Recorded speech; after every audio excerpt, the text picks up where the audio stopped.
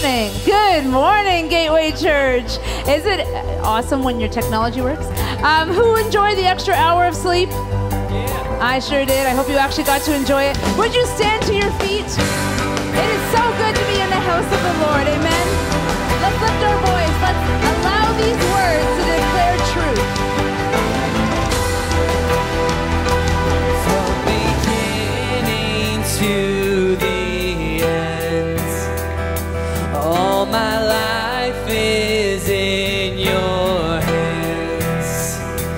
This whole world may hold me down, but it could never drown you out.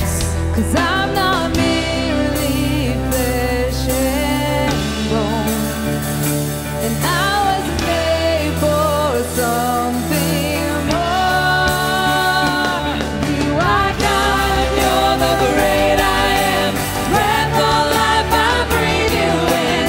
Even in the fire, I'm alive in you. You are strong in my brokenness, sovereign over every step. Even in the fire, I'm alive in you.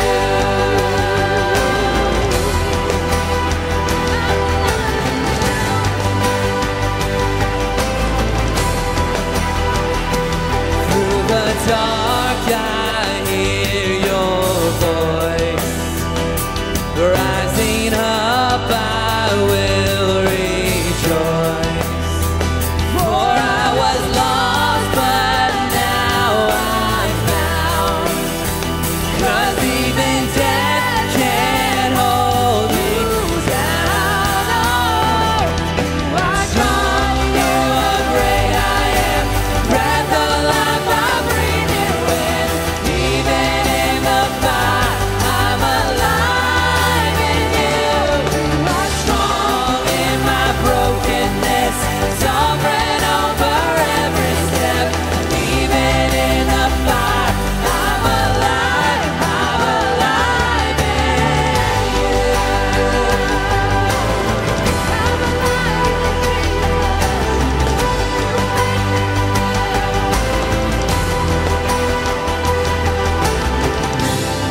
It's no longer I who live, but Christ who lives within me. Christ who lives within me. From beginning to the end, you deserve the glory. You deserve the glory. Come on, let's lift it up. It's no longer. It's no longer I who live, but Christ who lives within me. Christ who lives within me. From beginning to the end, you deserve the glory. You deserve the glory. You are God, you're the great I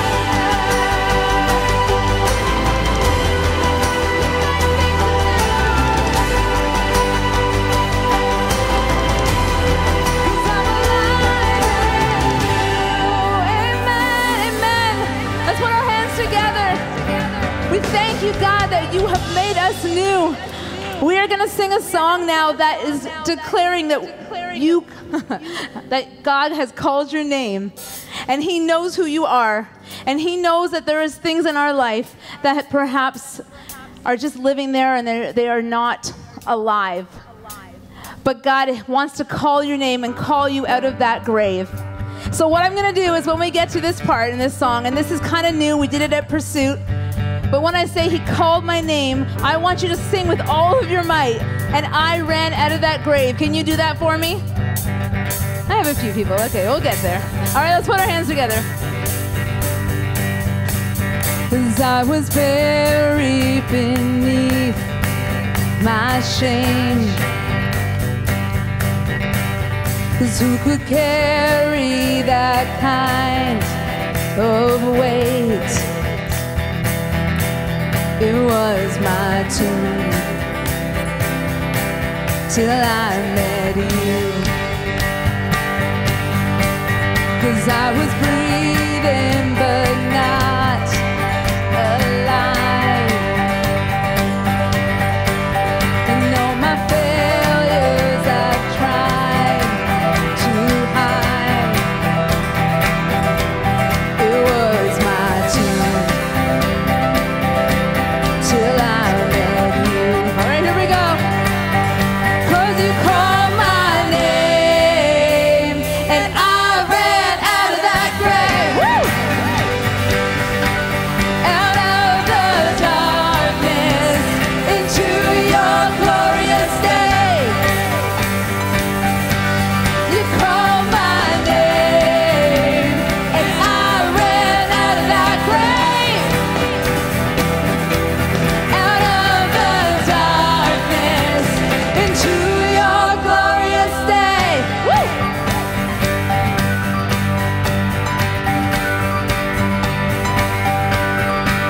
'Cause now your mercy has saved my soul.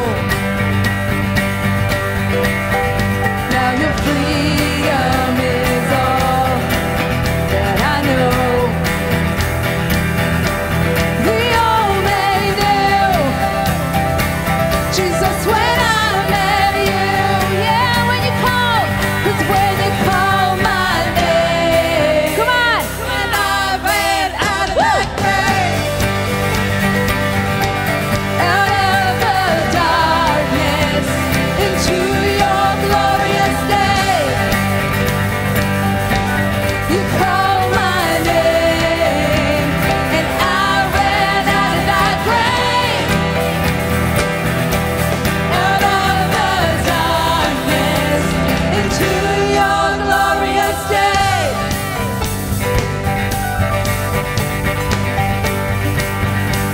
All right, we're going to sing about how I needed rescue and my sin was heavy, and I don't know what you're struggling with, but I know that we are all the same because God has given the grace to us so that we can walk in His life. So let's declare these words. I needed rescue, my sin was heavy, but chains break at the weight of your glory. I needed shelter, I was an orphan, now you call me a citizen of heaven. When I was broken, you were my healing. Now your love is the air that I'm breathing. I have a future, my eyes are open. 'Cause when you call my name, come on, here we go. I ran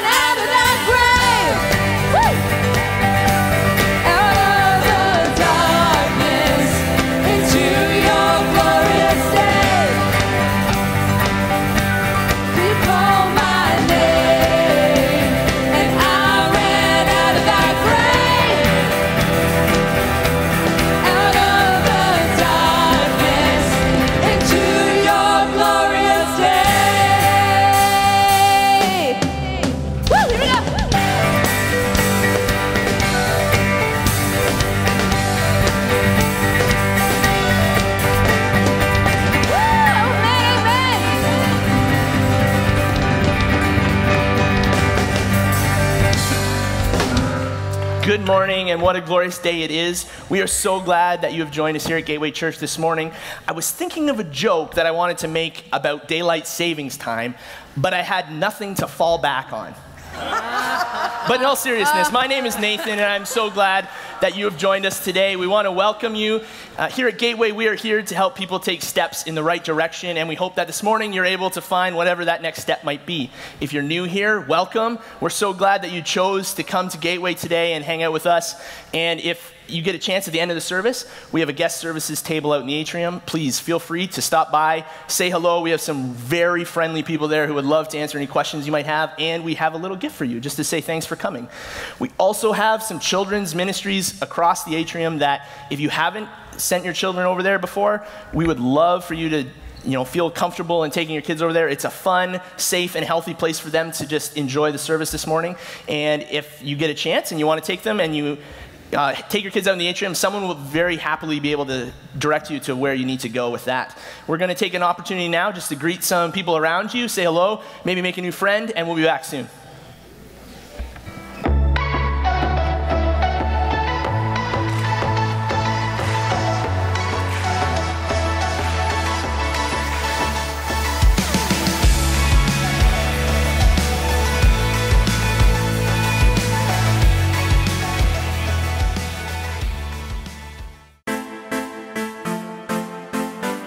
Good morning.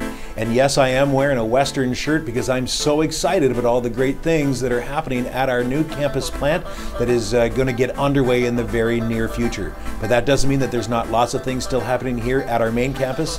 And at Gateway, you know that Cheryl and I teach in the winter time. We teach a marriage course. Well, in lieu of that, for the fall, Cheryl and I have a couple of marriage talks that are coming up in November. They're just opportunities for either you're engaged or for married couples, whether you've been married for 4 or 5 years, or whether you've been married for 45 years. We're going to get together and just talk about marriage issues, marriage questions that we might have, and share together. So we're really excited about that coming up and looking forward to seeing you join us there.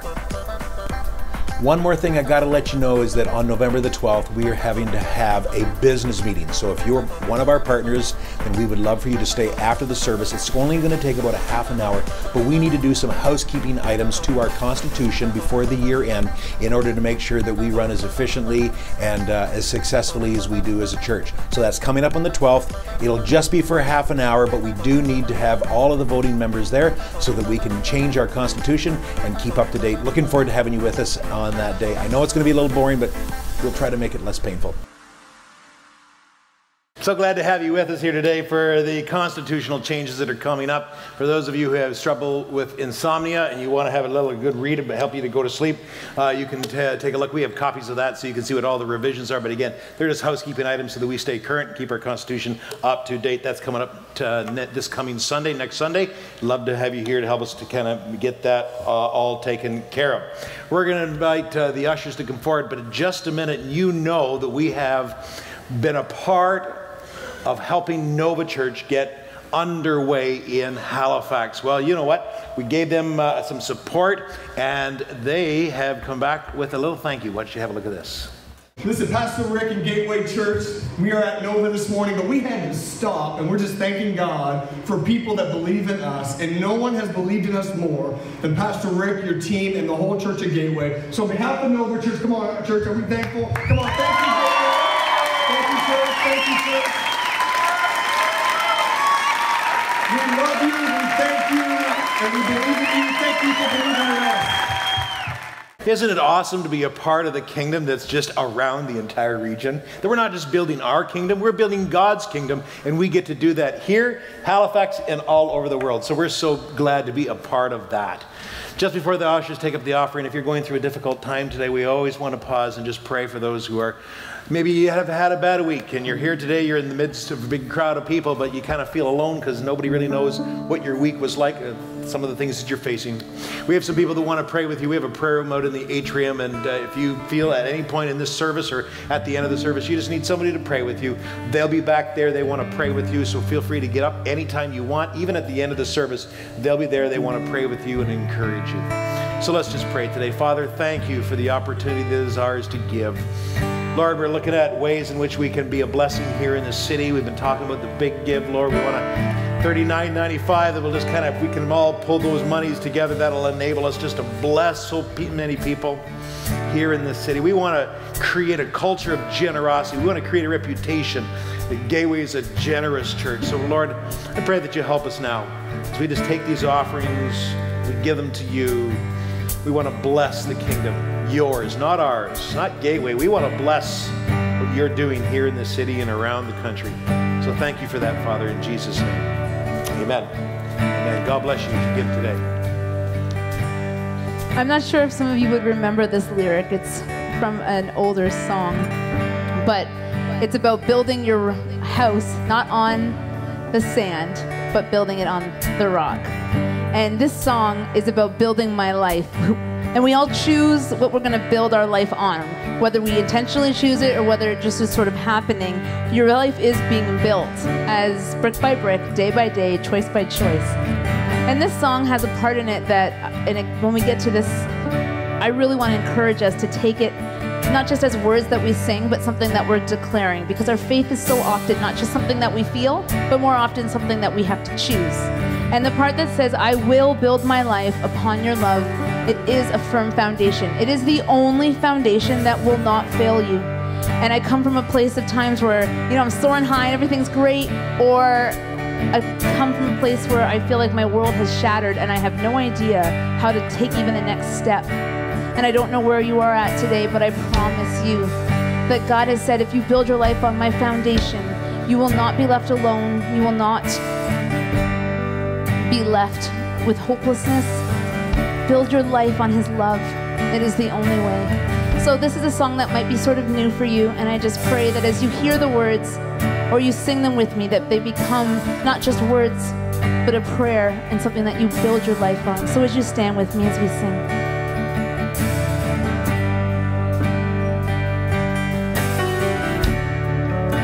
Worthy of every song we could ever sing,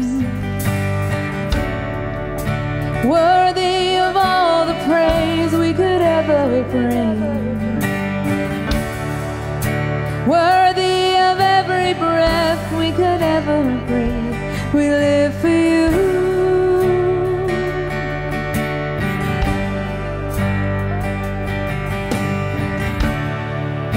Jesus, the name above every other name. Jesus, the only one who could ever save. Worthy of every breath we could ever breathe. We live for you. We live for you. So holy, there is no one like you. There is none beside you. Open up my eyes in wonder and show me who you are and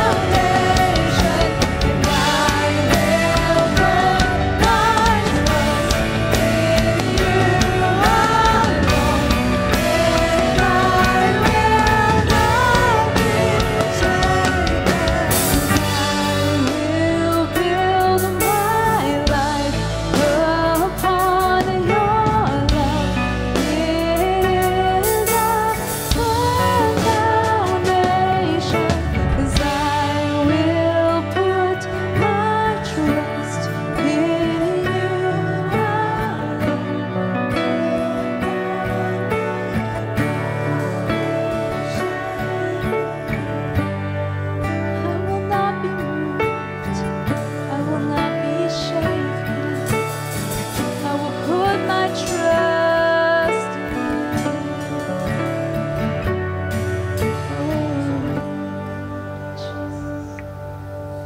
God, help us to put our trust in you.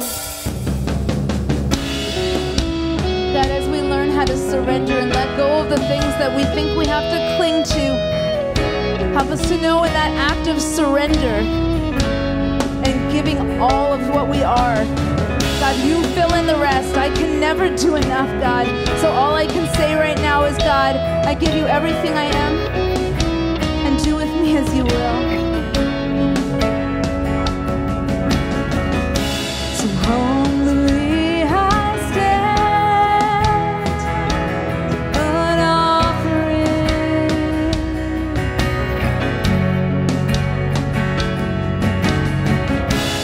With open hands, Lord, I bring everything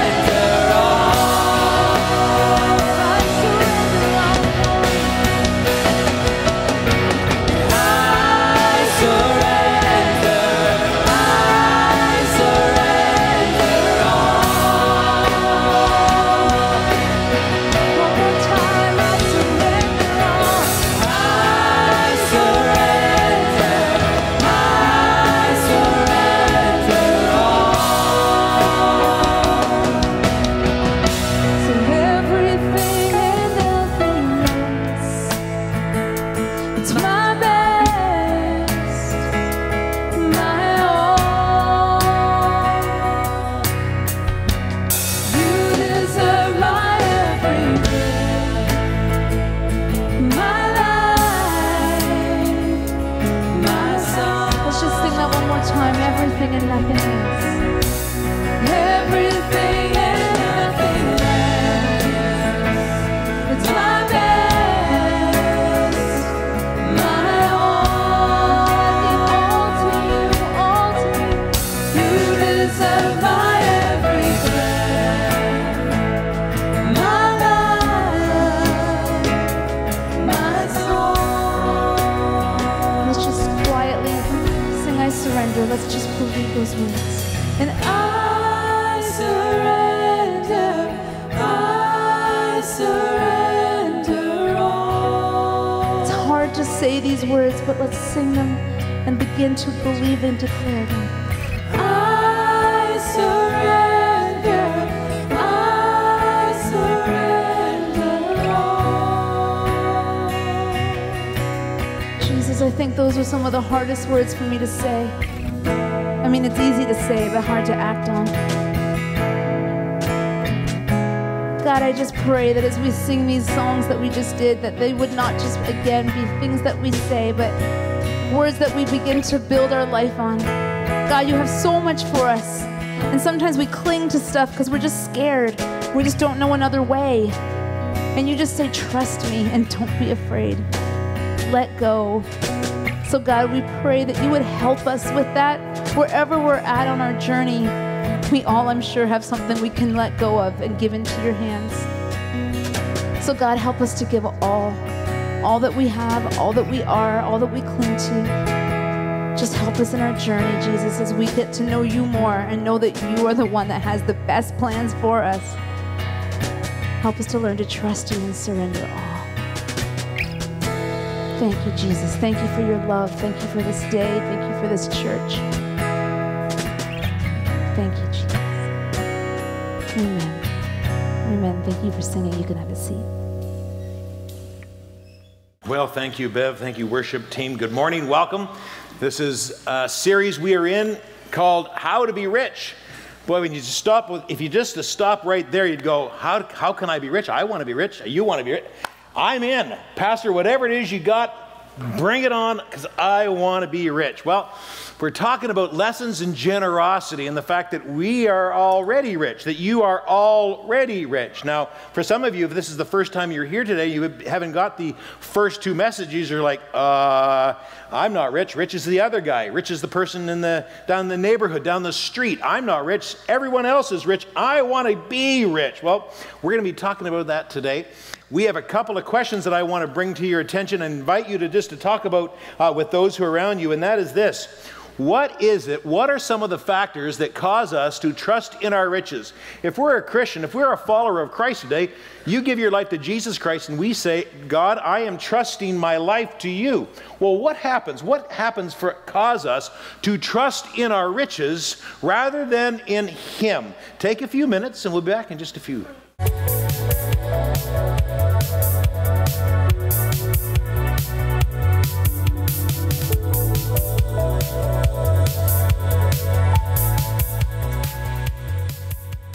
Okay. What are some of those factors? What causes, just yell out a few answers. What causes us to trust in our riches rather than in God? What are some of the things that cause us to do that? Anyone at all? Pardon? Touch. Yes, it's tangible. Trusting in money is easier than God. I can touch money. Can't touch God as much. It's not the same thing. Yeah. If I ask God, He might not do it, so it's like the unknown, whereas money I know will come through, right? Yeah, like I can control money. I get to decide. So if I have money, I'm in control. But if I actually ask God, what if He doesn't do what I say?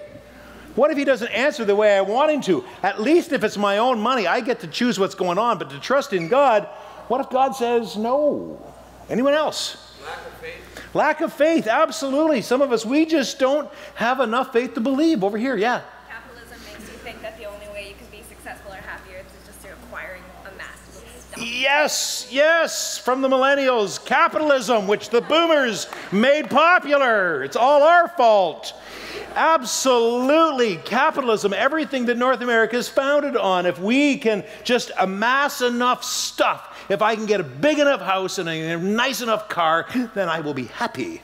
we just like to be in control. Yeah, obviously we just want to be in control. And the factor of trusting in riches versus trusting in God really comes down to control. Who's in control of my life? Have a look at this and we'll be right back.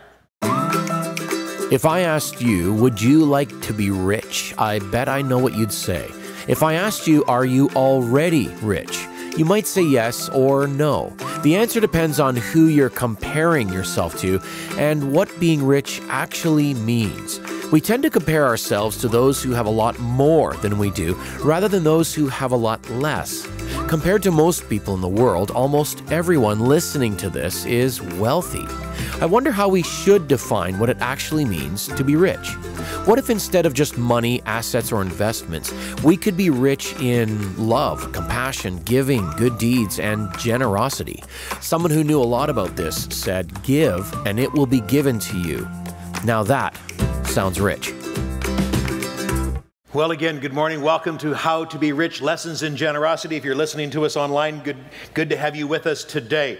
We're in this series preparing for Christmas, which is arguably the greatest time of the year that challenges us the most with regard to our heart and our thoughts on giving, on generosity, on keeping and sharing. Now, last week, if you weren't here, the week before, we discovered that most of us were actually richer than we thought. And that's what we hope for you to discover in this series. In fact, if you weren't anywhere near $40,000 a year compared to the rest of the world, you are in the top 1% of the richest people on the earth. Now, the problem with that is, even though we are rich, no one jumped up and went, "Yay, I'm rich!" The reason why you didn't jump up is because you don't feel rich. We don't feel rich. Rich is the other guy. Rich is down the street. Rich is the person that I'm sitting beside. But I'm not rich. And the reason why I'm not rich isn't because it's a factual thing that I am or I am not rich. I'm here to tell you today that most of you in this room are very, very wealthy. The problem is we don't feel rich. You see, truth is not relevant here. That is the problem. In our culture, feeling is more valued than fact. And compared to most people in the world, we are rich. But the problem is we don't feel rich. We confuse feeling with reality. If I don't feel it, then it can't be real. It can't be true. So I want to help you today to feel rich, and then we're going to jump right into today's message. I told you a couple of weeks ago that the richest I ever felt, and some of you can relate to this, the richest I ever felt was when I was 13 years old. My dad wanted to teach me business. He wanted to get me started on the road of capitalism. And so he got me a lawnmower and had me go up and down the street and volunteer to mow people's lawns for $5 a piece. And I started a little lawnmower business. I would come to the end of the week and I would pay off the gas and I would pay a little wear and tear on the lawnmower, pay so much to God for my tithes, and the balance of it was mine. And I remember the first time after paying all those bills, and I had what was left, and he said, "You know what, this is all yours." And I looked at that crisp $20 bill, and I was rich. I was rich beyond measure. I had never had $20 to do whatever I wanted with. And the reality, of course, the reason why I felt rich was because of margin. Say that word with me. Margin. Margin is closely tied to the feeling of being rich. The reason why you don't feel rich today is because most of us, not only are we actually rich, but because we don't have enough margin, that is the difference between what we have and what we spend out what we have, that lack of margin makes us feel like we're not rich. Now, if you've ever been on a missions trip, we go to Honduras quite a bit, if you've seen people who live in poverty or live in difficult circumstances, and you walk in those streets, it actually changes your life. Because you come home saying, "I'm so," say it, "rich." Of course. You look at what they have, what they don't have, and you look at what you do have, and you say, "I am rich." So we have to ask then, what am I doing with what I have? If I am rich, what will I do with it? What must I do with it? And that's what today is for. I'm going to invite you to say this declaration with me. Say it with me. I will not place my trust in riches, but in Him who richly provides. Say it with me. I will not place my trust in riches, but in Him who richly provides. The idea is this. Why would you put your trust in the provision when you can put your trust in the provider? Why would you put your trust in the provision when you can put your trust in the provider? Why would you trust in what is given rather than trusting the giver? The problem with that is that hope migrates. And that's what we've been talking about, the migration of our hope. Because as your hands begin to tighten around that which you have, the more you get a firmer grip on it, the more you move away from trusting in that which is truly important. And even more does hope migrate in proportion with the increase of what your hands are holding on to. Because if your hope is in the ability to gain wealth, then you can't help but begin to hang on to it tighter and tighter and tighter. Dare I say even the word hoard. You have to hoard. It's natural, because where your hope is, that's what you're going to hold on to the tightest. Now, this is just a statement of fact. Whatever you hold on to, that is where you place your hope. And what happens is in our culture, as we are rich and we get richer and richer as years go on, we hold on to tighter and tighter. That's what is in our hands. And with the increase of our wealth comes a diminishment or a migration of hope. Now, you'll never know that Jesus really is all you need until you come to grips with the fact that Jesus is all you really have. And that's one of the things. We don't need Jesus because we are rich. We have money. And the more you have, the greater the challenge for your hope to migrate away from God and onto yourself. Because somehow you begin to convince yourself of the lie that you can save your way into safety, that you can save your way into security. If I could just save enough money, if I could just save enough money, if I could just gain enough wealth, I'll be safe. Somehow I can be secure. And the older we get, the more desire we have for safety and security. So we start to save up more, we start to invest more, because we're trusting not in God, but we're trusting in ourselves to provide for our future, which is our hope, the migration of hope. Now, Jesus spoke about this very thing because he knew that it was natural. He knew that we would naturally do this. In Matthew chapter 6, he said, don't worry about your everyday life, what you're going to eat or drink or clothes. Life's more than food and more than clothing. Don't worry about these things.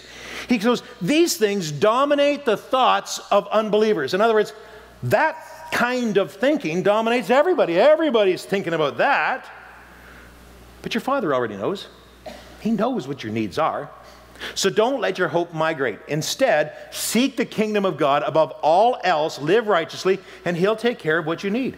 So when hope migrates from trusting in God to our own resources, we naturally try to save our way to safety and save our way to security. And you see, the problem is that when your hope begins to shift to something that is uncertain, something that is going to fade away or wear out, at the end of the lives, when we're lying in a hospital bed, when the doctor tells us it's all over, when we come to those final moments, I can tell you what's going to happen. Your hope will migrate back. When you come to the end of your life, no matter what you've been hanging on to, no matter how much money or assets or security or home, all of those things when you hold on to, when you come to the final moments of your life, your hope will migrate back to God. Nobody on their deathbed goes, oh, my money will save me. Oh, look how safe I feel as I'm breathing my last. I got another 80K in the bank account. No, you don't. What do you do when you come to your very end? Dear God, my life, take it.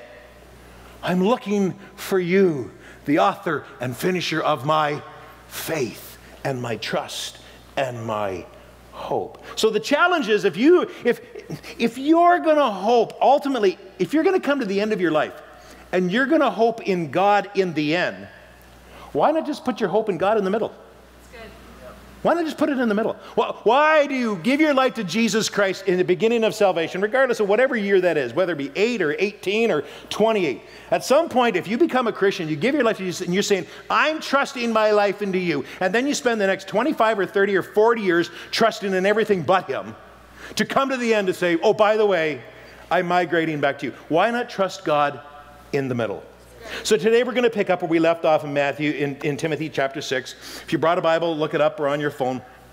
And in 1 Timothy chapter 6, we've got the text on the screen for you. It's a passage where the Apostle Paul wrote so much literature for the early church.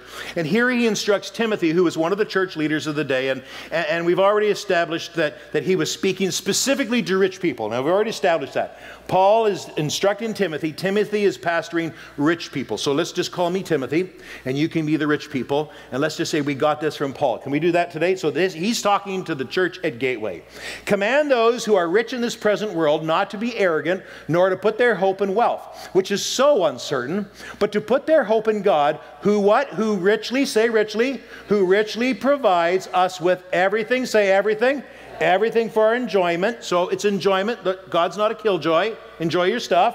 Command them to do what? To do good. To be what? To be, there's that word again, in good deeds, and to be generous and willing to share. In this way you will lay up treasures as a firm foundation for the coming age, so that you might take hold of the life that is truly life. So today we want to ask, how are we going to do that? How do we make sure that our hope doesn't migrate to our riches? Now, if you're a person who doesn't like church, because you think all the church wants is your money, and you're brand new here today, and you're like, oh, why did you bring me here? And you're mad at your friend that brought you here. And you know what? I just want you to hang on with me. Don't go to your happy place. For those of you who are like, this is not for me, or I don't want to hear what it, don't scroll through Facebook pretending you're looking at your Bible. Just hang with me today, because you know what?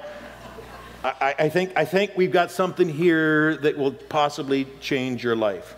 We're talking about how to keep your hope from migrating to something as uncertain as wealth. And I want to pick up on verse 18. He says this, command them to do good and to be rich in good deeds. Command them to do good and be rich in good deeds. Now notice he doesn't command them to be good. He commands them to do good. You see, all people are commanded to be good. You're commanded to be good. We're commanded to be good. And notice he doesn't command them to do good in an average way. He says to be rich in good deeds. In other words, to do it well, to do it excellent, to do it lavishly, if you would. We're all commanded to be good. But to rich people, that's you and I, he's saying we are commanded to do good and to be rich in good deeds. You see, all Christians have been instructed to do good for other people. Poor Christians, middle-income Christians, all kinds of Christians, we're all to do good. But to rich Christians, they're supposed to do exceptionally rich deeds. Every follower of Jesus is supposed to do good. But he's talking to rich people, and he's saying, you know what? You need to do even gooder. You got to be the goodest, gooder, do-gooder there really is. It's just like, you got to be the best. You know what? Be rich in good deeds, but for rich people, I want you to be gooder than that. Don't be an average do-gooder, be an above average do-gooder, because you have been blessed. And the more you have been blessed, the more you are ready, the more opportunity you have to do more good than the average Christian. Generally speaking now, the more money you have, actually, the more time you have, the more options you have, the more opportunities you have. But you see, our time gets eaten up with things that we do for ourselves. There's nothing wrong with enjoying yourself, and nothing wrong with having hobbies and those kinds of things. I have my hobbies, and I enjoy my time with those things. But Paul here is warning through Timothy to the church, that's you and I, he's warning us rich people about this. Because as your wealth increases, so does your stuff. And as your wealth increases, so does your stuff increase. And with the increase of your stuff, so comes your concern over your stuff, your care over your stuff, and the time taken to worry and care over your stuff. So as you increase in your wealth, your opportunities to care for your stuff increases. As your opportunities increase, those opportunities eat up your time. And even though you have more discretionary time than the average person, your inclination will not be to use that discretionary time to do things for other people. But you'll do it to consume it on yourself and all your own self-interest. Here's what I already know. Whenever you have an extra something of anything, you spend it or you waste it. I'll say it again. Whenever you have an extra something, you either spend it or you waste it.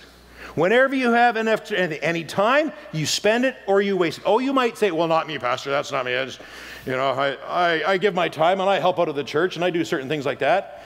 No, the tendency for all of us is, regardless of how much involvement we have, the tendency for us is to spend our time and waste our time. Spend our money and waste our mind. Has anybody ever binged on Netflix? Don't put your hand up. God might strike you right there. I was knowing this message was coming up, and I was starting to get into Stranger Things last night, and I went, I gotta shut that off or I'm gonna go to hell.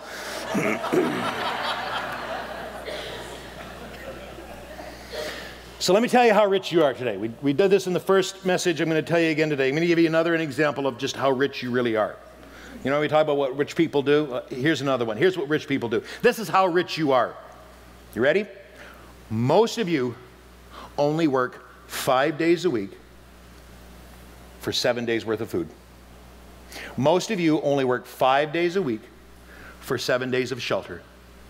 Most of you only work 5 days a week for 7 days of heat and hydro and all your provisions. Have you ever thought about that? For the most part, in 5 days in this culture, you can amass enough money to cover you and your family for 7 days of food and shelter and pretty much all the cares of the world. Do you know that's not the case in most places of the world? In most places of the world, most of the population has to work at least 6 days, if not a full 7, just to make ends meet. Now, some of you are here today and you're saying, well, I work 6 days a week. Well, okay, some of you may, but most of you who work 6 days a week or feel like you're working all the time are doing it because you're in too much debt. You don't have enough margin. Your hope has migrated. There's no margin left in your life, and so you're working more because you've got to take care of all the stuff. Most of us just don't really need to. Most of us are too busy without margin trying to maintain an unrealistic lifestyle, and we don't have any time off. We actually then come to the place, we unionize ourselves and say, somebody owes us a Saturday and Sunday off. This is entitlement. I shouldn't have to work more than 5 days a week. In fact, some of you think you should only work 4 days a week. Says who? The world? This culture? Think about this. Even if you work 60 hours a week, and none of you do work 60 hours a week, you know, unless you're a Portuguese mason or something like that, none of you work 60 hours a week.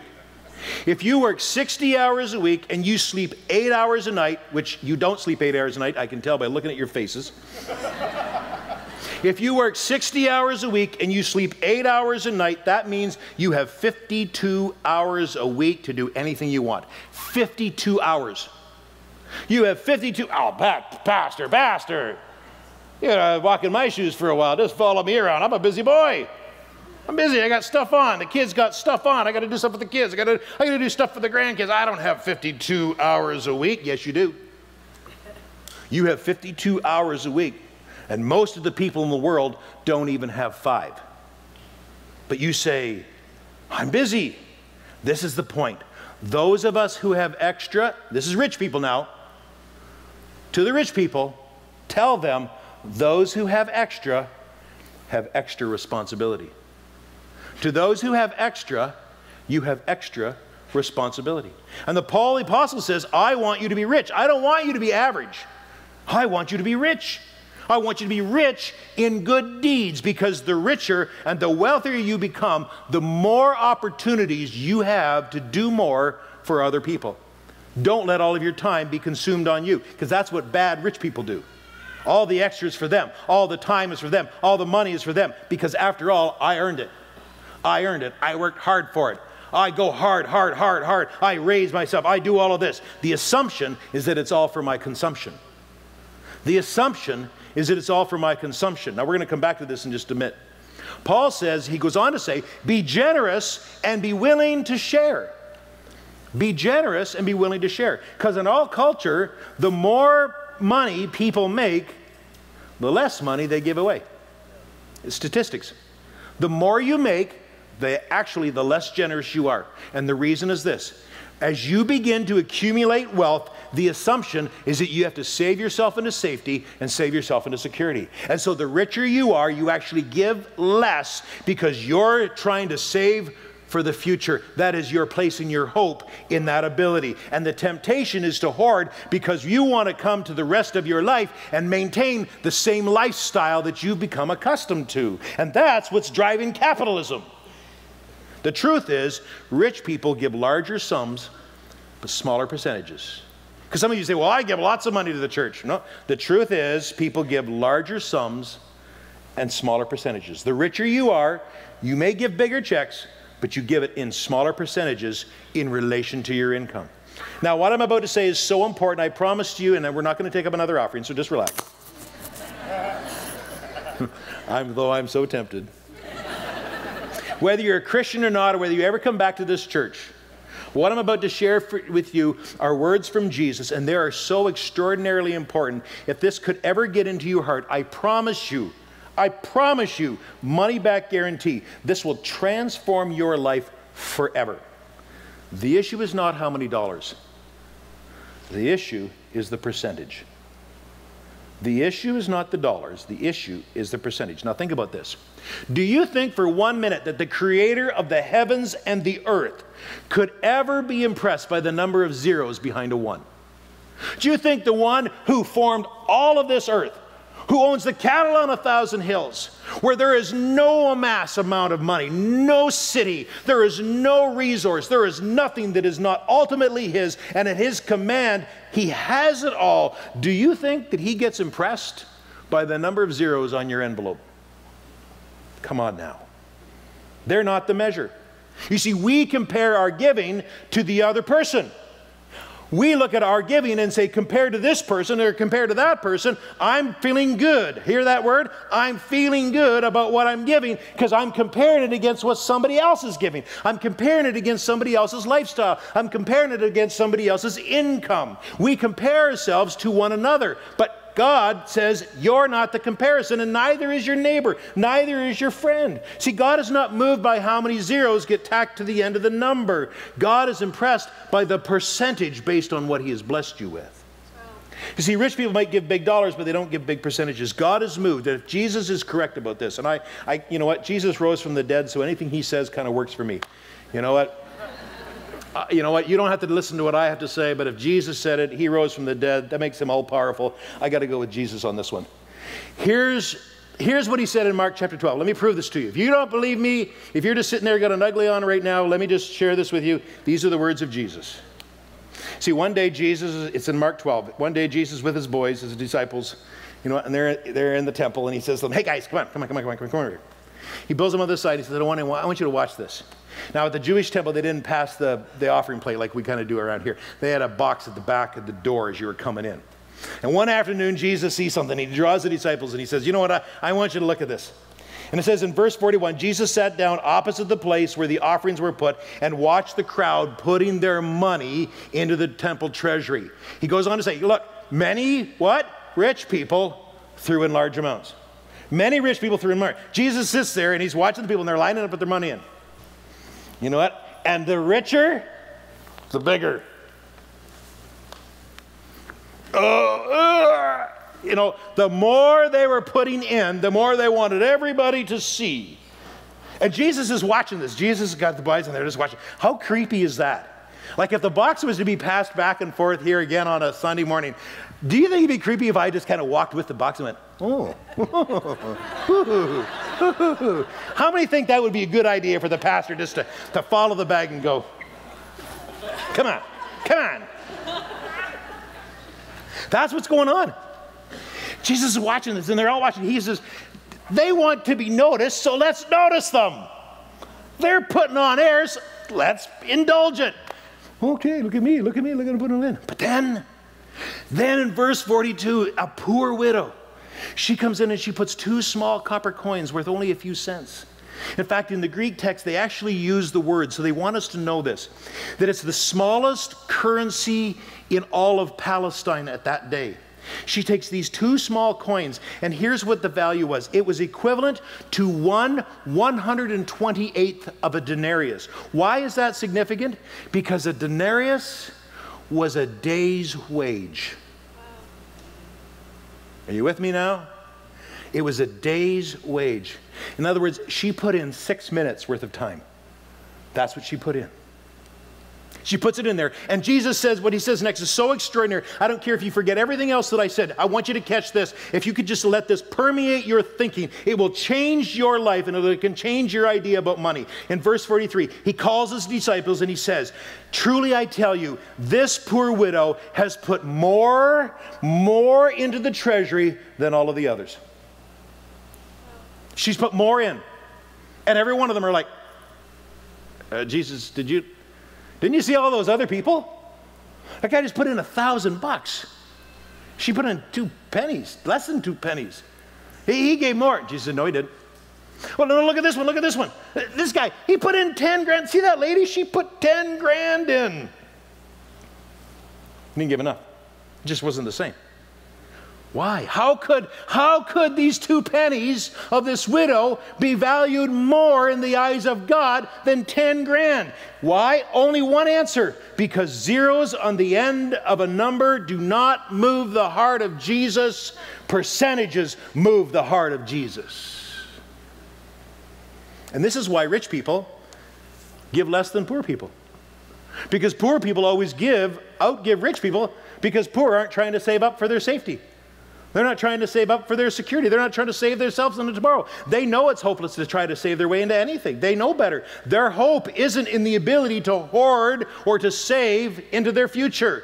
Jesus looks at this and he draws attention to the guys and he said, guys, I want you to understand this. In the kingdom of heaven, it's about percentage giving. It's not about the number of dollars given. It's not about the number of dollars given. Verse 44. They all gave, these are the words, they all gave out of their, but she gave out of her, she put in everything. She put in everything. In other words, she gave a higher, say it, percentage. And here's what all of us rich people need to understand. And here's what those of us who hope to be rich need to learn. Or those of us who are and just are in denial. Rich people need to give larger sums and higher percentages. Rich people need to give larger sums and higher percentages. And Paul's point is saying, I want you to be rich. I want you to be rich in good deeds. I want you to be generous, not average. Not just average. Everybody's supposed to be generous. Everybody is supposed to be giving. I want you to be above average. I want you to be an above average giver. Now here's the thing, we don't even think about percentages. None of you think about percentages. I know you don't for a fact. The only time you think about percentages is at tax time. That's what you do. At tax time, you think about what's my tax bracket, and that's when the percentages come in. But most people don't start off with percentages. Most people start off with a budget. I'm going to rock some of your world here today, and I'm not saying a budget is wrong. But most people, when they get married, they start off in their life, they sit down and they start with a budget. Now, budgets are not bad. Budgets are good. I think you should have a budget. But the problem with a budget is you take that what you're bringing in, and what do? You divide it all up, and you portion it all off to cover all of your needs, even your savings. But the problem happens is what happens when the income goes up? When the income goes up, so does your lifestyle.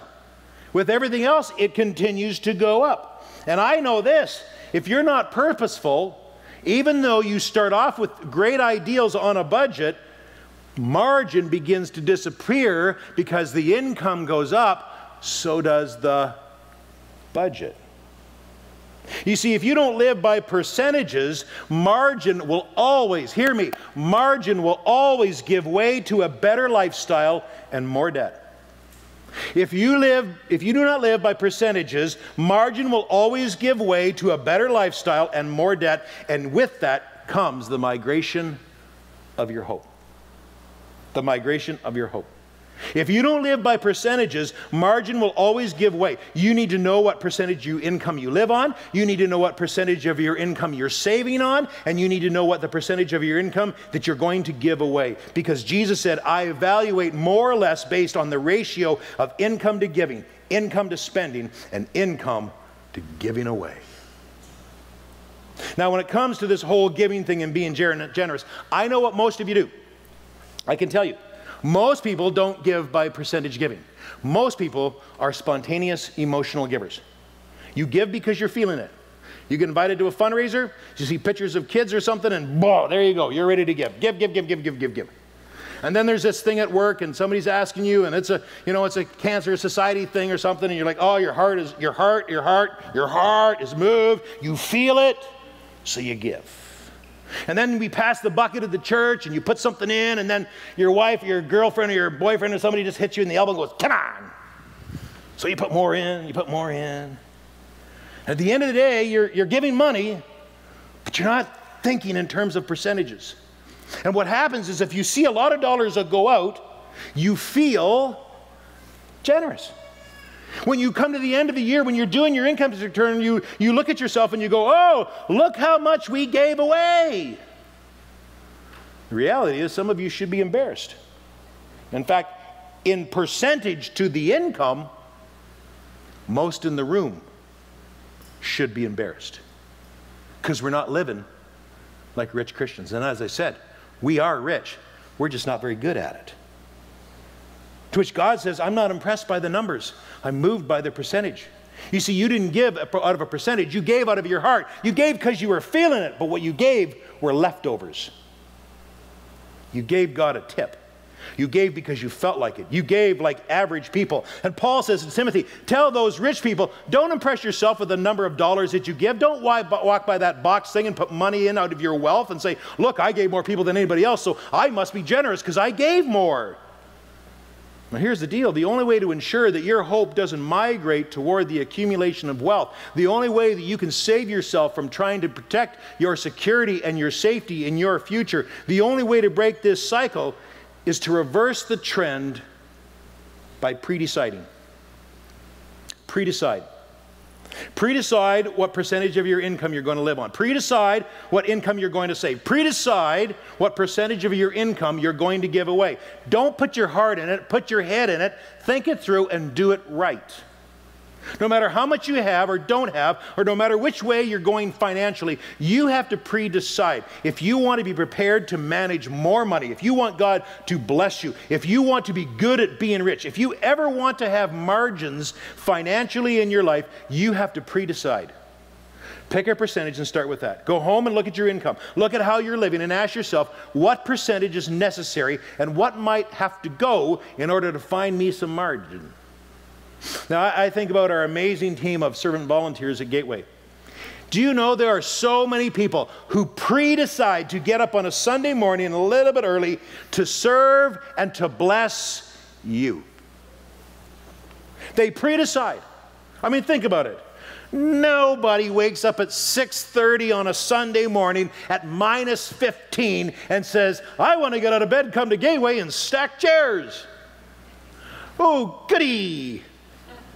It's -15, but I'm going to make hot coffee for 700 people. We are blessed because so many people pre-decide that they're going to be a blessing, that they're going to use their time. I mean, think about it. What would happen if on a Sunday morning some of the volunteers rolled in bed and went, you know what, do I want to take care of a bunch of kids in the nursery today? I'm not feeling it. You feeling it? I'm not feeling it. You know what? Let the nursery take care of themselves. Hey, I didn't have any kids. They've got their own kids. Let them take care of them. I'm staying in bed. I'll be there for the 9:30. If everybody did that, it'd be a disaster, wouldn't it? We are blessed because people pre-decide. I'm just putting it out to the rest of you. How much time of your life are you pre-deciding to give to serve others? How much time of your life are you giving to serve others? Every single week. We are blessed by so many people. Spontaneous generosity is not bad. Spontaneous serving is great, but it's secondary. It's not based on how it makes you feel good. If you feel good, that's great, but it's not based on your feelings. What makes a difference in this world, what will change this world, are people who are into percentage giving and percentage serving. We have people that are part of this Gateway family, and they serve at Arc Aid and People Care and Victoria Hospital, the Mental Health Unit, Parkwood Hospital, Sanctuary, Limberlost. There are so many ways in which they have pre-decided, I am going to give a portion of my week. Where they work on the Wednesday Kids program. They work and help our youth. Some went to Momentum this weekend. Some are going to be away in various places and doing and serving in other ways. They pre-decide with their time, and some pre-decide with their finances. You come in every week and go, I am choosing to give this by faith. You see, if you're going to be good at getting rich, if you're going to be good at being rich, then you have to begin by pre-deciding. Don't be spontaneous. Don't be driven by emotions, because emotions will come and go. So what about this whole tithing thing? Ooh, here we go. Giving 10% of all your income to the church? Really? Are you serious? Yeah. We call that partnership. In fact, we believe that that should be the basement figure of giving, not the ceiling. In other words, we believe that's a starting point. Cheryl and I both practiced it. When we were children, we didn't even know each other, but since she was 13, since I was 13, when we got part-time jobs, we both started tithing. We've tithed our entire lives. When we got married, we had lots of discussions about money, and she was right on almost all of them. But the one thing that we did agree to, that wasn't even an option, was tithing. And we have given that every single year. In fact, what we try to do is, since we've been married, we try to increase it by 1% every year. We try to increase by 1% every single year. Now, if you're sitting here and saying, no, it's the Old Testament, or I can't do that, well, fine, whatever. Don't sweat it. If that seems too daunting or too scary, if there is no margin, then start somewhere. Pick a percent. I don't care. Pick 1%, pick 2%, 2.5%, 5%, whatever. Whatever it is that will cause your hope to migrate back to God will be measured by the percentage, not by the zeros. What will move your heart to migrate your hope from your future and your finances and the size of your home and your car and all your stuff, what will move that hope back to God is measured in the percentage that you determine. Remember the challenge we gave you a couple of weeks ago? That every person who has income earning potential, right down to the young people, if everybody could just give $39.95, this is our big give. We're going to do this every year, and I'm hoping that it's going to be huge. 700 people that make Gateway their home, 150, these are the lowest numbers. That means that if everybody gets on board with it, we'll have $35,000 extra dollars that we can do something to bless people in this city that would never ever expect it from the church. We offer it. You can give it in the basket. You can give it online. You can give it by debit. You can give it any way you want. Set it aside so that we can set it aside so that we can do something great. Think about this. Can you imagine what would happen in our community, in our country, if every single Christian, if every follower of every church took the teachings that I share with you from Jesus and actually did it? When you talk about the impact of the church on this world, I promise you, on just this message alone, if every single person did it, we could flip every city in this country upside down. If Gateway, if you could all get on board with this and pre-decide, I can promise you this, the amount of goodwill and finances and time that will be generated from this act that will change your life, change your family, change your children. Mom and Dad, you want to get your kids on a good path for the next 40 or 50 years until they die? Then you listen to what I'm saying. But if you want to get them on a train where they'll never understand hope in Christ and they're going to trust only in themselves, then dismiss what you've just heard today. This will turn your family around. I can tell you that something will happen.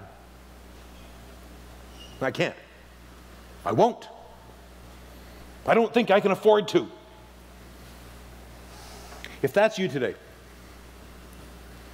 if I can't, I won't, and I can't afford you. If that's you today, then sadly, the migration has already occurred. The migration has already occurred. I can't and I won't is a measure of the margins in your life and the migration of your heart.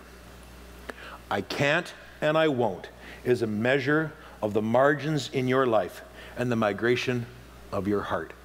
If you're here today and you walk out of this room, you can know where your heart is. And when you first begin to give, when you catch this, I can promise you, your life will turn around. Your savings will get better. Your investments will get better. If you begin to do this, you will spend less because you'll be motivated. You'll begin to understand what a demon that debt is, and you will get out of debt twice as fast because you understand generosity. And it surfaces from a place that will compel you to completely reorder your financial world. What else would happen? With this, I'm done. The face and the reputation of Christianity and the church would change, because we would never more be known for what we're against. We wouldn't be known for what we believe, but we would be known for how we love. Jesus said, you'll know my disciples, not by what you say, not by what you're for or against, not by the placards or your petitions or your waxing eloquent on Facebook. They'll know you're my disciples by the way you love. And your love is measured by what you give and what you do with your time. Father, thank you. Thank you for this message that is shared from your words that will change us. We want to be like that widow who understood that giving the percent is what changes our lives. Compel us, convict us, challenge us to action. In Jesus' name, amen. Thank you, Pastor Rick. We hope that the message you heard this morning was meaningful and beneficial to you. If you're looking for that next step today, there are some pastors in the atrium, and our Next Step coaches are out there. They'd be happy to help direct you in that way. And if you need someone to pray with, we have the prayer room across the atrium, and if you want to get some prayer about something that's going on with your life today before you leave, please feel welcome to go in there. If you're new, please stop by the guest services table, say hi. We're happy to answer any questions you might have. And if I can get you guys to help with stacking of some chairs before you leave, that would really greatly help with the cleanup at the end of the service. We hope that you have a great week, and we'll see you soon.